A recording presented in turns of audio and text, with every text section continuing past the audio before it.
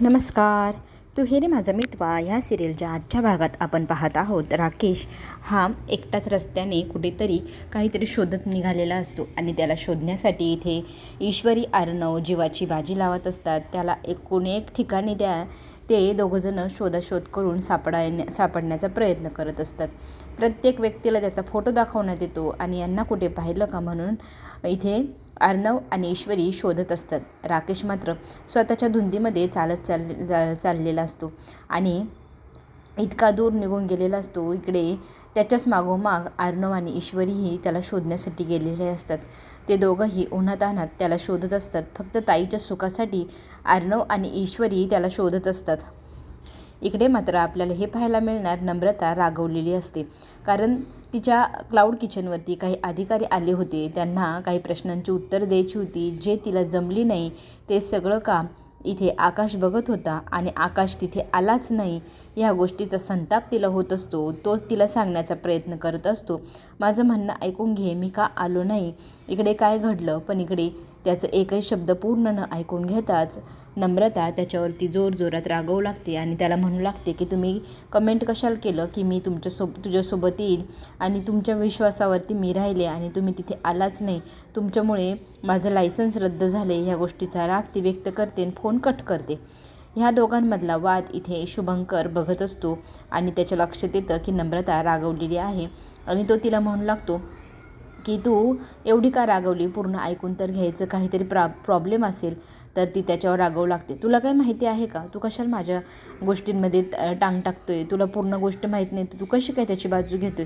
बरं, आता इथे पुन्हा एकदा शुभंकर विषय बदलतो आणि म्हणतो, तू ना रागवली, रडली की तुझ्या नाकाच्या शिंड्यावरती लाल रंग येतो, तुला माहिती आहे का, असं म्हणून पळून जातो. तर हे ऐकल्यानंतर नम्रताच्या चेहऱ्यावर हसू येतं. इकडे मात्र राकेश जाऊन पोचलाय रस्त्याच्या मधोमध. मोठी भरधाव वेगाने धावणारी गाडी त्याच्या दिशेने येत असते. त्याला सुचत नसतं मागे जावे पुढे जावे. तो गाडीकडे पाहत एकटक उभा असतो आणि त्याचा जीव इथे आपला अर्णव वाचवतो. त्याला खेचून घेतो अर्णव त्या टेम्पो समोरनं आणि त्याला बाजूला घेऊन तो पाणी पाजून त्याला सांगू लागतो की तू कोण आहेस, तू माझ्या बहिणीचा नवरा आहे. त्याला फोटोही तो दाखवतो.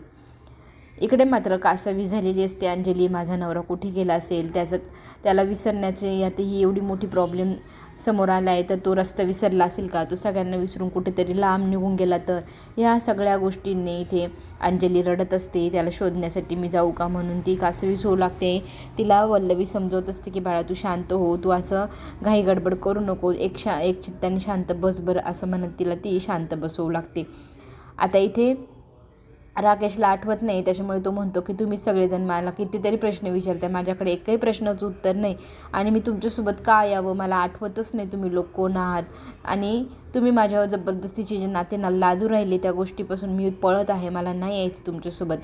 इथे ना त्याच्यासमोर अर्णव हात जोडतो आणि त्याला रिक्वेस्ट करू लागतो की प्लीज माझ्या बहिणीसाठी तरी आमच्यासोबत चल, तू जर आला नाहीस तर तीही आमच्यासोबत घरी येणार नाही.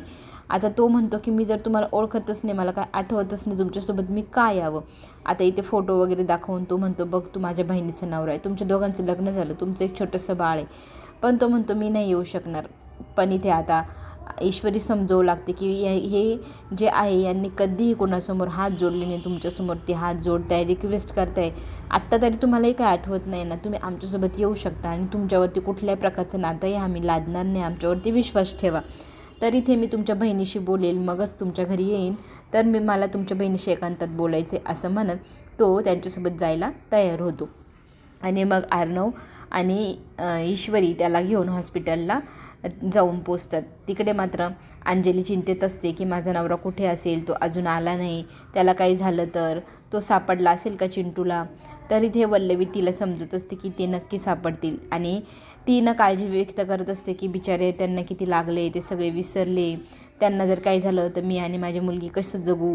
असं ती बोलत असताना राकेश दारात येऊन उभा असतो. तिच्या त्या गोष्टी ऐकत असतो आणि क्षणभर का होईना तो इमोशनल होतो. समोरून लगेचच अंजलीची नजर त्याच्यावरती जाते.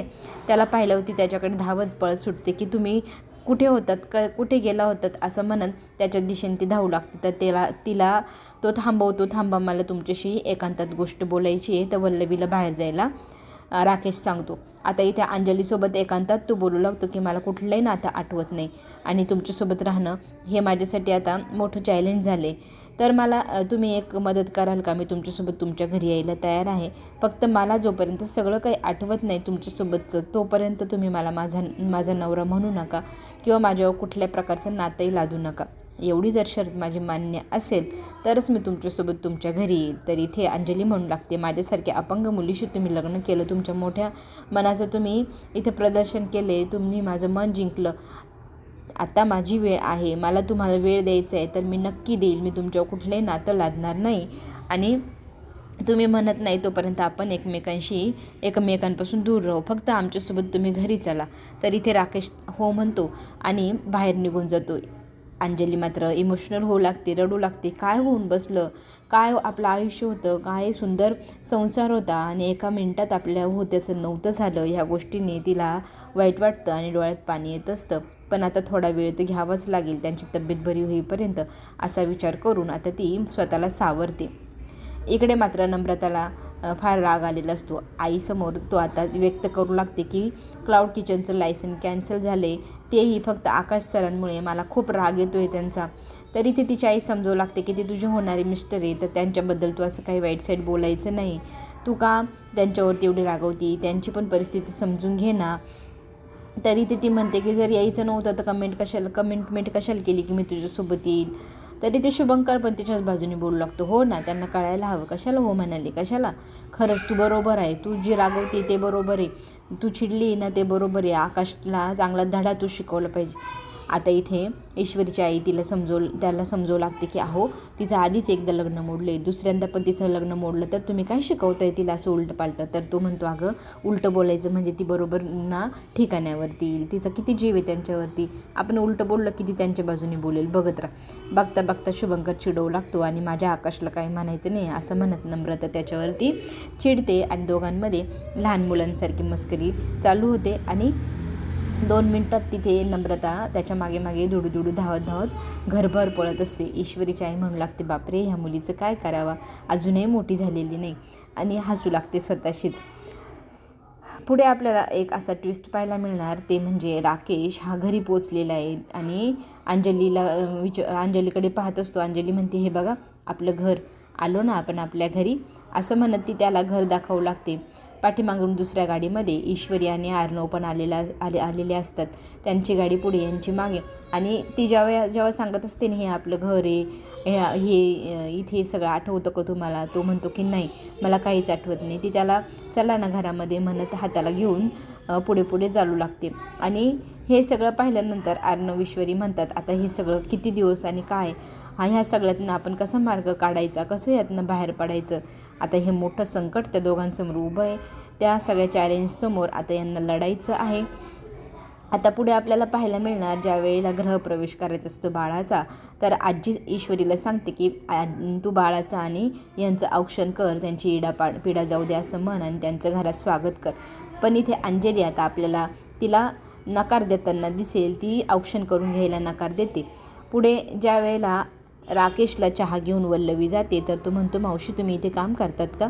तर त्याच्याकडे ती जोरजोराने मोठी डोळे करून बोलू लागती की काय मावशी, काय मामी, आणि तू काय मला कामवाली समजतो, तुझे सगळे नाटकं मला कळतात, ही प्रॉपर्टी हडपण्यासाठी तू किती प्रयत्न केले हे मला काय माहीत नाही.